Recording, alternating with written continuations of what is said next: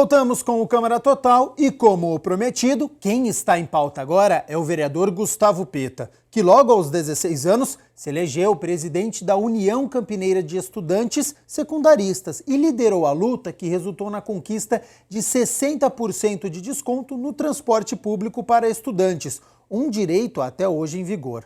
Entre 2003 e 2007 foi presidente da União Nacional dos Estudantes.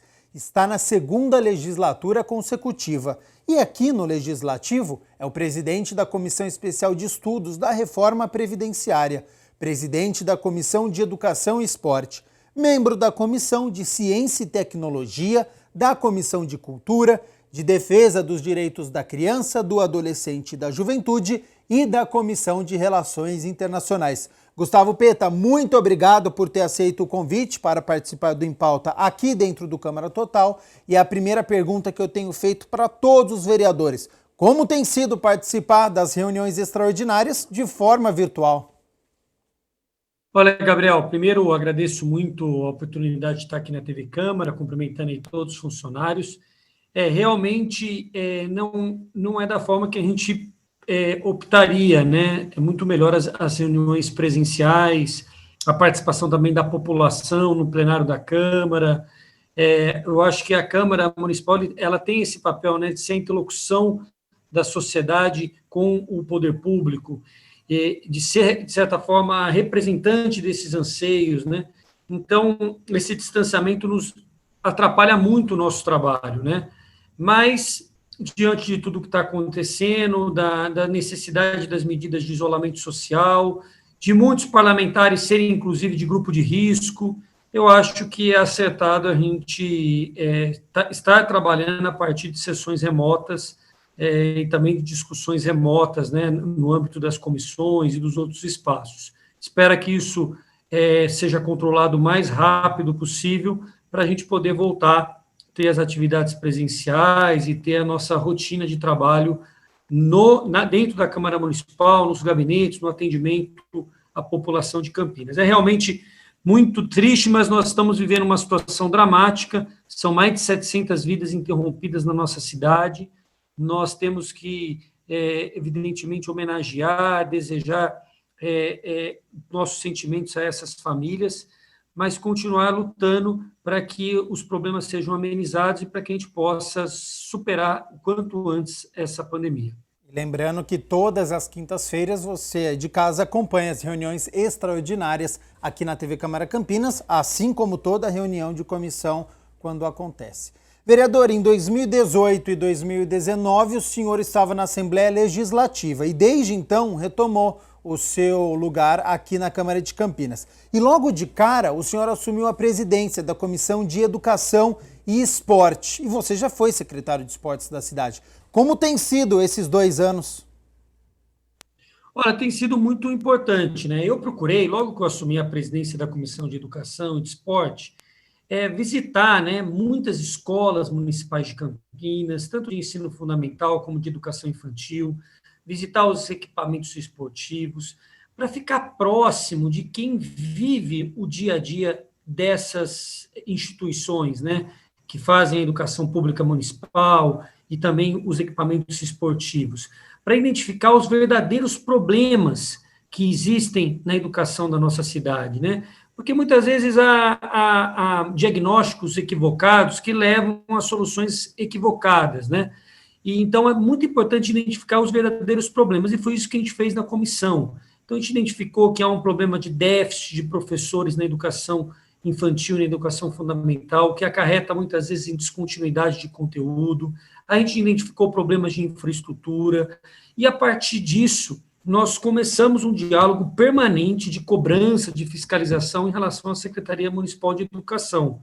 Isso trouxe resultado, né? Nós temos hoje um programa de reforma e de melhoria na infraestrutura das escolas municipais, nós temos um diálogo permanente sobre a questão do concurso que foi feito para a contratação de novos professores, que ainda precisa ser agora consolidado com a nomeação desses professores, e nós estamos também sempre atentos a algumas novidades, né? Por exemplo, agora no contexto da pandemia, eu tenho acompanhado de maneira muito próxima a questão tanto da alimentação escolar, que estava sendo negada no primeiro momento para as crianças que estão afastadas das aulas presenciais.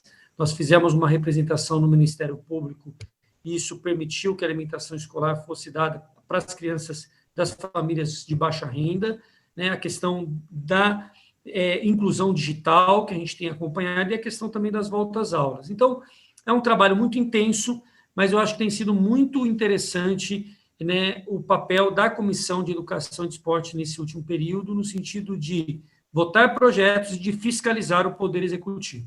Sobre este assunto, então, nós estamos em meio a uma pandemia com impacto em todas as áreas. O Comitê de Saúde do Governo Estadual tinha dado o aval para o retorno das aulas no dia 8 de setembro. E aí agora está essa decisão de voltar. Já que os números do coronavírus ainda assustam, você escutou pais, mães, recebeu um abaixo-assinado, teve contato com as escolas. O senhor é contrário a essa volta nas próximas semanas e meses? Olha, Gabriel, eu sou contrário, né? Nós não estamos ainda preparados. O governo acabou recuando da volta no início de setembro, o governo estadual está prevendo a volta para o início de outubro, e o governo municipal ainda não pautou nenhuma data, não existe nenhuma data do governo municipal. O prefeito Jonas Donizete disse que vai fazer um diálogo amplo com a comunidade escolar. E é isso que nós esperamos, né? É preciso ter esse diálogo, é preciso ouvir professores, trabalhadores da educação, pais e mães, né? Isso é muito importante para a tomada de decisão, né? Porque nós estamos vivendo uma realidade muito excepcional, né? Realmente, a pandemia não está controlada, existe um risco, né, muito grande para uma volta feita de maneira prematura, sem o devido preparo. Então, eu acho que esse diálogo é muito importante para que, quando a gente decidir voltar, que a gente possa voltar com uma segurança efetiva. O que eu acho, Gabriel, que o governo deveria estar concentrado agora era em garantir acesso a todos os alunos ao conteúdo que está sendo dado pela internet. E uma parte dos alunos não estão tendo esse acesso, ou porque não possuem equipamento, né, tablets, computador ou um smartphone, ou porque não possuem pacote de internet. E isso provoca uma ampliação da desigualdade e da injustiça. A gente não pode aceitar isso, né? Já é tão difícil quando você tem o mesmo tipo de acesso, quando você é de uma família mais vulnerável. Imagine agora que nem esse acesso é garantido. Então, acho que isso que deveria ser o foco do governo estadual e do municipal nesse momento. O senhor questionou a Prefeitura de Campinas sobre a demissão de cuidadoras escolares durante a pandemia, durante a suspensão das aulas presenciais? Exatamente, porque esse serviço é um serviço muito importante, né? Ajuda no atendimento a crianças com deficiência, e elas foram demitidas em meio à pandemia por uma terceirizada, né, que continua com o contrato com a prefeitura, que teve os recursos, inclusive, da legislação federal para suspender contratos, né, com o governo federal pagando os respectivos salários, e mesmo assim ocorreu demissão.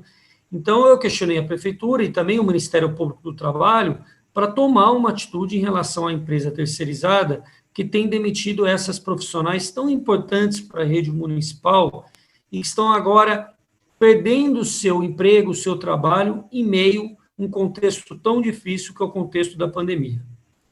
Ainda na área da educação, recentemente o senhor foi ao Ministério Público para tentar garantir a alimentação escolar para todos os estudantes durante a suspensão das aulas presenciais. O que está acontecendo? O que aconteceu foi o seguinte, Gabriel, no começo da pandemia, a prefeitura suspendeu a alimentação escolar, evidentemente presencial, porque não há mais aulas presenciais, mas não tomou nenhuma atitude alternativa a isso. E nós sabemos que muitas famílias e muitas crianças dependem da alimentação escolar, inclusive para ter, por questão de segurança alimentar, né? A chamada merenda escolar é muito importante para muitas crianças, né? Muitas vezes é a principal refeição do dia. Então, o que acontece? Com a suspensão, uma parte da população ficou ainda mais vulnerável. Então, a gente reivindicou no Ministério Público que essa alimentação escolar continuasse a partir do oferecimento de cestas básicas para as famílias. Né? No primeiro momento, a Prefeitura disse que não haveria logística para isso, mas com essa representação no Ministério Público, a Prefeitura, então, adotou o mecanismo de atender as famílias de baixa renda. Né? A gente até achava que deveria atender todas as famílias, porque o direito à alimentação escolar é um direito, né? Não é uma política de assistência só para as famílias mais simples, é um direito de todos os alunos matriculados, mas, evidentemente, que isso já foi um saldo positivo, porque, dessa forma, algumas famílias, pelo menos as mais necessitadas, passaram a receber também esse apoio via as escolas municipais. Então, foi uma representação que surtiu efeito e a gente acha isso muito importante. Ô Peta, a cidade de Campinas ela está na fase amarela, de acordo com o Plano São Paulo, então ela está avançando, né? Já teve na vermelha, laranja, agora amarela. Vamos imaginar que a cidade continue avançando. Daqui a pouco vai para a fase verde, as atividades estão reabrindo, a pandemia se encerra, mas aqui o Brasil ainda continua alto. Então essa pandemia pode virar uma epidemia aqui no país. Com todos esses protocolos e a pressão, você, nesse caso, seria favorável à volta às aulas, estando já no plano verde? E qual o protocolo ideal? O que a gente deve ter para a educação nos próximos meses ou no início de 2021? O que é um protocolo ideal para a gente ter uma segurança maior para as crianças, adolescentes? Olha, Gabriel, esse é um tema, lógico, que a gente merece um debate bem aprofundado, tudo, sobre qual é o momento seguro desse retorno, né? O que eu considero é o seguinte, mesmo na proposta do governo, veja, a proposta do governo estadual agora do retorno a partir de outubro, seriam 3 meses de atividade esse ano, né, considerando dezembro. E, na verdade, a proposta é que só volte 25% das aulas presenciais, portanto, um dia por semana. Então, esses alunos teriam, no máximo, vamos dizer assim, 4, 8, umas 10 aulas presenciais até o final do ano, cada aluno, 10 aulas. Isso não vai resolver o problema do conteúdo. Então, qual que é o meu entendimento? É que a gente deveria continuar com as atividades remotas ainda esse ano, quando ainda não há uma vacina e nem o controle da pandemia, que isso, evidente que há prejuízo no conteúdo, mas que a gente recuperasse esse prejuízo, superasse esse prejuízo a partir do ano que vem, quando toda a expectativa gerada é que haverá tanto a possibilidade da vacina, ou ao menos um controle muito maior da situação que nós estamos vivendo. Então, eu acho que o retorno esse ano não tem mais muita justificativa do ponto de vista, inclusive, pedagógico e do ponto de vista do conteúdo. É um ano realmente que ficou prejudicado, mas eu acho que esse prejuízo, com certeza, é muito menor do que o prejuízo de colocar em risco, né, a vida dos alunos, dos familiares dos alunos, dos professores, dos funcionários. Então, acho que a prudência levaria para esse caminho, né? É evidente que há uma expectativa, e nós estamos aqui torcendo, né, para que a vacina chegue o quanto antes, para que a gente possa voltar à normalidade, que é o sonho, o desejo de todos nós. Exatamente. Vamos falar então de mais um tema que é polêmico, além desse da educação, que é a parte da cultura, né? Foi aprovada no Congresso Nacional a Lei Aldir Blanc, uma verba total de 3 bilhões de reais para todo o país, e para Campinas deve chegar a 7 milhões de reais, que vai servir como um auxílio aos artistas. O senhor é o presidente da Comissão de Representação que acompanha a aplicação da Lei Aldir Blanc aqui na cidade. E este recurso ele tem que ser destinado o quanto antes aos artistas, produtores, trabalhadores da cultura. Como têm sido as discussões e este trabalho de fiscalização? Olha, Gabriel, esse é um tema muito importante também, porque, vejam, há muitos setores prejudicados com a quarentena. Né? Não é só o setor da cultura, mas o setor da cultura é um dos mais prejudicados. Por quê? Porque a atividade cultural, quase toda ela envolve, né, aglomeração, envolve interação social. O público é o fundamental, né? público é um fundamental, os artistas, os músicos, peça de teatro, cinema, exposição de artes visuais, acho que praticamente todas as atividades envolvem essa interação e o público. Então, é um setor que foi prejudicado logo no início e que será um dos últimos a voltar à normalidade, porque todas as indicações mostram o seguinte: show, cinema, teatro, tudo isso vai ser a última coisa em que vai ser autorizada a voltar, né? Então, por isso que foi aprovada essa lei, é uma lei federal, aprovada com amplo apoio do movimento cultural, de artistas, e ela vai injetar em Campinas em torno de 7 milhões. De que forma?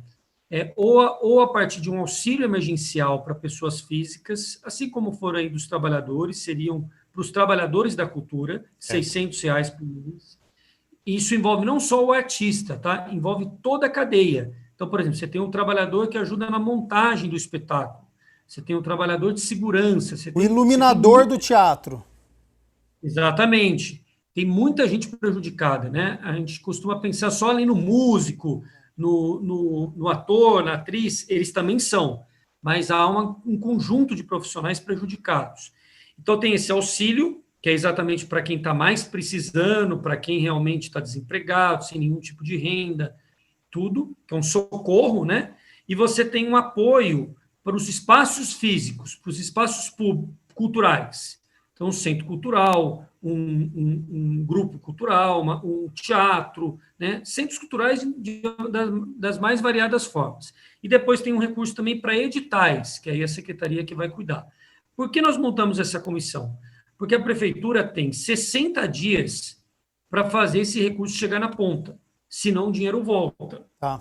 O dinheiro vai chegar agora, está chegando agora, no começo de agosto, até a primeira quinzena, final da primeira quinzena de agosto. Então, nós estamos acompanhando, conversando, já tivemos 2 reuniões dessa comissão, as 2 com a presença do secretário de Cultura, com o Fórum Municipal de Cultura, porque a cidade, nós temos que fiscalizar, evidentemente, para dar transparência e para que o recurso chegue para quem precisa, e a gente precisa ter eficiência para fazer o recurso chegar. Porque a gente sabe, Gabriel, que não é incomum recursos chegarem em Campinas e voltarem, ficarem no meio do caminho, ou porque a prefeitura não conseguiu fazer a licitação em tempo devido, ou porque a prefeitura não conseguiu fazer o edital. Então, a gente está muito ligado nisso, né, fiscalizando, monitorando, para que o dinheiro chegue o quanto antes, né, na mão daqueles que realmente precisam agora de um apoio, ou para a sua sustentação pessoal, ou para a sustentação de um espaço cultural relevante na cidade, que precisa de apoio, né? Porque deixou de arrecadar bilheteria, porque existe toda uma infraestrutura de espaço físico que precisa ter manutenção, né? Ou porque tem algum tipo de infraestrutura que está se deteriorando. Então, é um apoio muito importante que vai ser dado através dessa lei, e a gente espera que agora, no mês de agosto, no mais tardar em setembro, esse recurso possa chegar na ponta. A gente sabe que Campinas, com mais de 1 milhão de habitantes, tem centenas de artistas. Já foi determinado o artista quantas parcelas ele vai ter direito? Se tem uma validade essa lei, até o final do ano são 3 parcelas, enquanto houver a pandemia? No caso do auxílio para o artista, para o trabalhador da cultura, né, nesse sentido mais amplo, são 3 parcelas de R$ 600. Né, que é um auxílio emergencial mesmo para socorrer aquele que está realmente sem nenhum tipo de renda. Tem lá os critérios, tá? Eu não vou conseguir entrar aqui, mas na lei tem todos os critérios estabelecidos de quem pode receber esse recurso. É até muito parecido com os critérios do auxílio emergencial para os trabalhadores informais e para aqueles que estão desempregados, que foi dado pelo governo federal a partir da aprovação na Câmara. Depois disso, você deve variar de 3 a 10 mil reais o apoio para o espaço cultural. Né? E depois disso, você tem um edital. Essa variação ainda não está decidida, está sendo discutida pelo comitê montado pela Secretaria de Cultura, que é um comitê com a participação da sociedade civil, que a gente tem acompanhado, que vai chegar à conclusão desse valor a partir também da conta de quantos espaços vão reivindicar, né? Porque também o dinheiro é finito, então você tem que ver quantos espaços vão reivindicar para saber exatamente qual é o valor que vai ser dado para cada espaço. Então, ainda está nessa fase. O que deve acontecer no próximo período é a abertura de um cadastro para que os espaços físicos possam reivindicar o recurso e para que as pessoas físicas também possam reivindicar o auxílio emergencial. Peta, para a gente poder encerrar, a gente já discutiu então a questão da educação aqui na cidade de Campinas, essa questão da cultura. Nós estamos em meio a uma pandemia e a um ano eleitoral. O que o senhor espera para esse segundo semestre? Olha, eu acho que realmente é uma situação muito excepcional, né? A gente está tendo que se reinventar, né, em vários aspectos, né? Eu acho que o peso, evidentemente, das discussões virtuais, das reuniões virtuais, vão ganhar força até o momento da vacina, por mais que a gente possa passar por outras fases, né? Eu recomendo, né, a toda a população a continuar tomando todas as medidas possíveis preventivas. Então, se você é uma pessoa que consegue, que pode ficar em casa, fique em casa, né? Evidentemente que eu não estou falando isso na totalidade, porque eu sei que uma parcela da população precisa sair por conta do trabalho. E isso é uma necessidade objetiva das pessoas, né? A vida econômica voltou a funcionar e a pessoa não pode abrir mão, né, do seu emprego, da sua renda. Mas para quem pode, para quem tem alguma possibilidade de ficar em casa, se recolha e fique em casa. Para quem precisa ir trabalhar, o momento que não tiver no trabalho, fique em casa. Quando tiver no trabalho, tome todas as medidas de proteção pessoal e que também ajuda a coletividade, né? Porque o uso da máscara, o uso do álcool gel, não é só um dever com si próprio. Não um direito individual, no sentido assim, eu me protejo se eu quiser, porque é a minha vida que está em risco. Não, você está colocando a vida de outras pessoas em risco. Então, isso é uma obrigação, não é um direito. Então, a gente recomenda que nesse período agora, ainda mais vão ter as eleições também são um momento de muita discussão e de debate, que a gente possa preservar vidas, que a gente possa, em primeiro lugar, colocar a saúde e a vida das pessoas, e todo o resto fica subordinado a isso. Então, se a eleição vai ter que ser toda ela virtual, debate virtual, discussão, que seja, que a gente não faça aglomerações por conta de objetivos políticos eleitorais de um determinado político, candidato, etc. Que todo mundo tenha responsabilidade nesse momento também com a vida das pessoas, né? Então, eu acho que é um momento excepcional que exige uma mudança de comportamento e de atitude de todos, para que a gente possa, na verdade, atenuar o problema, né? Diminuir o número de vítimas, porque, infelizmente, a vida tem nos mostrado que impedir vítimas fatais não tem sido possível diante do descontrole, diante de uma resposta completamente irresponsável por parte do governo federal, uma resposta criminosa, no meu ponto de vista, de sabotagem às medidas preventivas, e que é, com certeza, uma das grandes responsáveis pela situação que nós estamos agora, né? O governo federal não criou a pandemia existe no mundo inteiro, mas o Brasil é um dos países mais vitimados pela pandemia por conta da resposta irresponsável e criminosa do governo federal. Isso eu não tenho dúvida.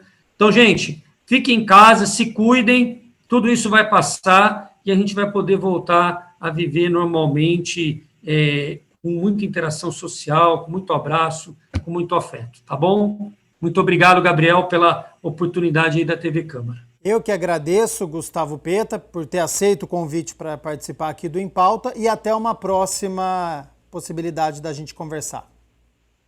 Obrigado, Gabriel. Um grande abraço a todos os funcionários da TV Câmara, que cumprem esse papel tão importante na nossa cidade, de ter na cidade de Campinas, né, uma TV pública, que é algo fundamental para a democracia na nossa cidade, no nosso país. Obrigado. Obrigado. Gustavo Peta aqui no Em Pauta, e essa é uma responsabilidade de todos nós, né? A gente cobra dos governantes, mas nós, como população, também precisamos fazer a nossa parte. Então é muito importante o distanciamento social, manter o isolamento, utilizar a máscara se precisar sair de casa na hora de fazer compra, lavar sempre as mãos, utilizar álcool em gel, para a gente poder sair o quanto antes dessa pandemia e ajudar aí na prevenção. Vamos fazer o seguinte, tem muitos assuntos ainda para abordar, 978293776, continue participando. Rápido intervalo, não saia daí.